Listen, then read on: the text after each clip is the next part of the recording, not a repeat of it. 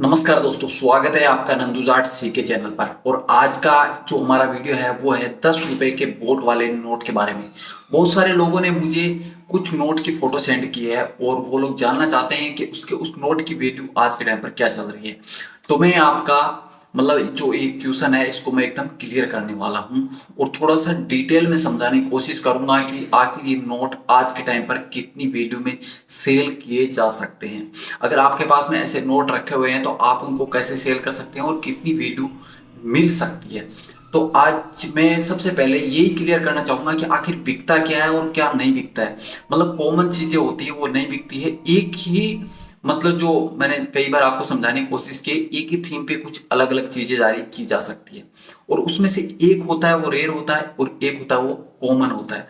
ये मैंने कई बार अलग अलग वीडियो में आपके साथ में डिस्कस किया है, लेकिन फिर से एक बार मैं यही चीज दोबारा से समझाने की कोशिश करता हूं और वो है बोट वाला 10 रुपए का ये वाला नोट।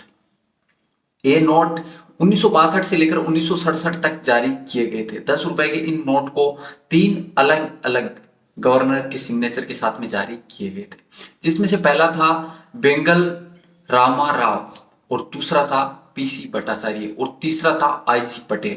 अब इसमें क्या होता है ना, तीनों जो गवर्नर है उनके नोट रेयर नहीं है। तो जो रेयर नोट है वो कौन सा गवर्नर का नोट है ये आपको जानना जरूरी है, क्योंकि सभी नोट रेयर नहीं है। जो नाव वाले नोट होते हैं वो सभी के सभी रेयर नहीं होते हैं। तो जो आईजी पटेल के 10 रुपए के नोट होते हैं वो रेयर होते हैं और उनकी वैल्यू आज के टाइम पर कीमत की बात की जाए तो आपको 300 रुपए से लेकर 500 रुपए तक एक नोट की वैल्यू मिल सकती है।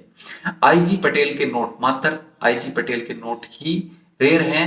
बाकी दो जो गवर्नर हैं उनके नोट कॉमन होते हैं और जो आईजी पटेल के नोट हैं इनके अंदर आपको सी और डी दो अलग अलग इंसर्ट देखने को मिलेंगे और ये दोनों ही इंसर्ट के नोट रेयर होते हैं। तो आपको जो मोस्ट चीज है आईजी पटेल का सिग्नेचर देखना है और उसके साथ में उसमें देखने का है सी और डी इंसर्ट, तो वो नोट रेयर होंगे। और कीमत की बात की जाए तो 300 रुपए से लेकर 500 रुपए तक दे सकता है, डिपेंड करेगा कि वो किस कंडीशन में होगा।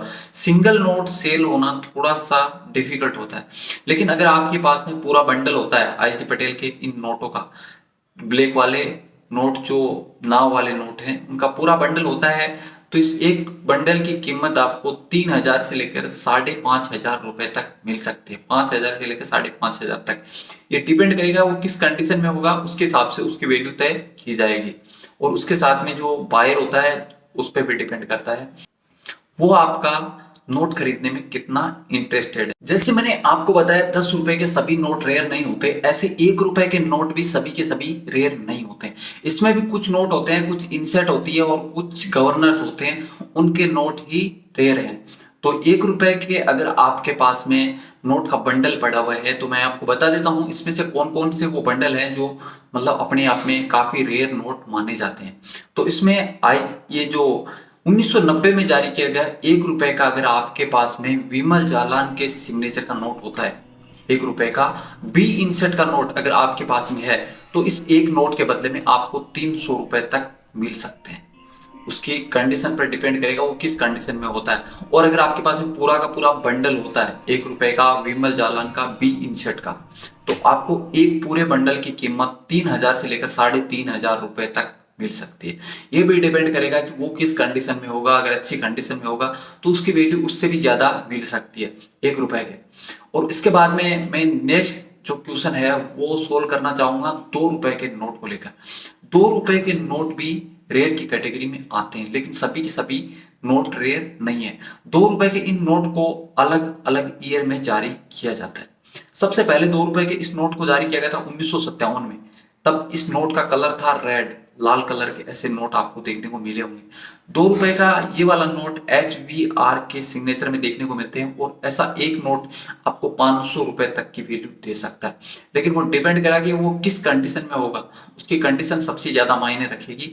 अगर वो नोट आपको एक फैंसी डिजिट के साथ में मिल जाता है तो फिर उसकी वैल्यू थोड़ी और बढ़ जाती है, जो वैल्यू होती है उससे अलग वैल्यू हो सकती है।